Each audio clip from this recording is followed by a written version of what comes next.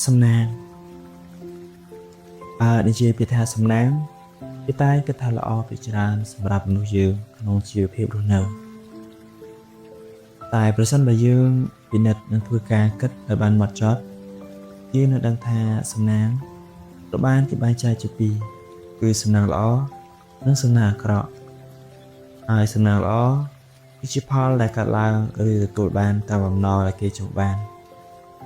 ចំណែកឯសំណាងអាក្រក់គឺជាលទ្ធផលដែលកើតឡើងខុសពីក្តីបំណងដែលសមាជជនចង់បានតែទុកថាជាការលេងសើចនិងជារឿងពិតមួយនៅក្នុងជីវិតយើងរស់នៅសពថ្ងៃទៅចុះហើយចំពោះ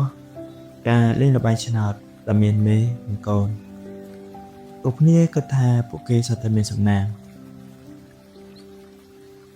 ទាំងល្អនិងមិនល្អរៀងៗខ្លួនប្រសិនបើអ្នកចាក់ឬកូន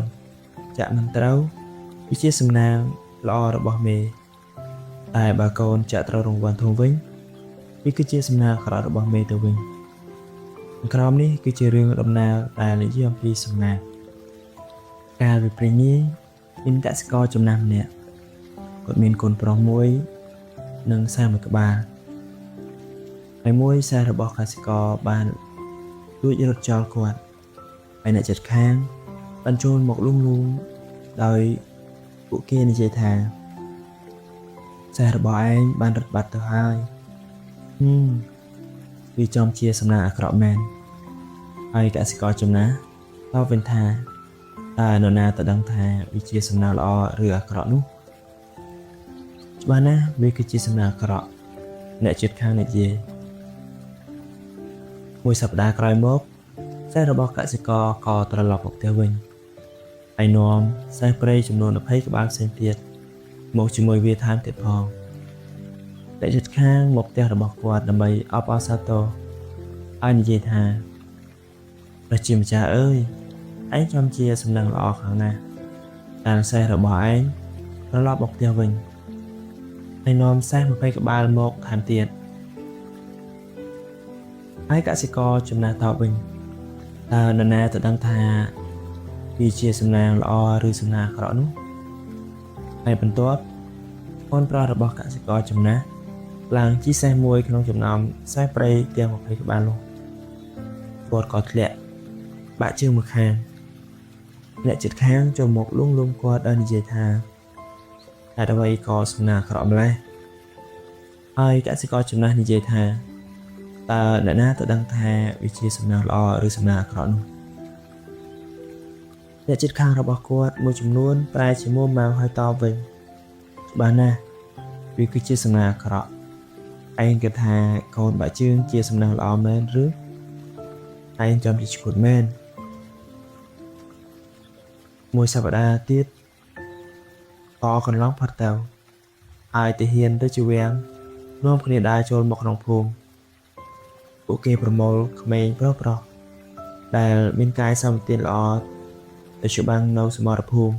នៅទឹកដីបរទេសកូនប្រុសរបស់កសិករចំណាស់ដែលពិការជើងមិនត្រូវបានគេជឿរើសយកឡើយភូមិទាំងអស់បានចូលមកអបអរសាទរគាត់ហើយនិយាយថាឯងចំជាសំណាងមែនទែនដែលគេមិនចាប់កូនប្រុសរបស់ឯងទៅ